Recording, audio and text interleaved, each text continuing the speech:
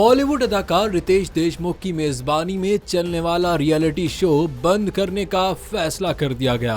मद्दाहों में मायूसी छा गई। रितेश देशमुख की मेजबानी में चलने वाले बिग बॉस मराठी सीजन 5 को मेकर्स ने अचानक बंद करने का फैसला कर दिया है।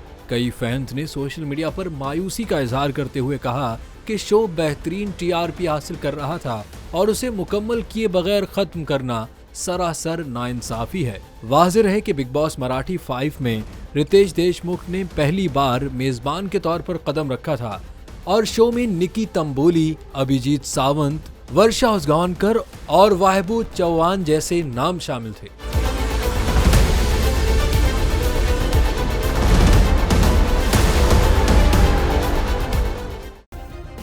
सब्सक्राइब करें और बेल दबाएं ताकि कोई खबर रह न जाए।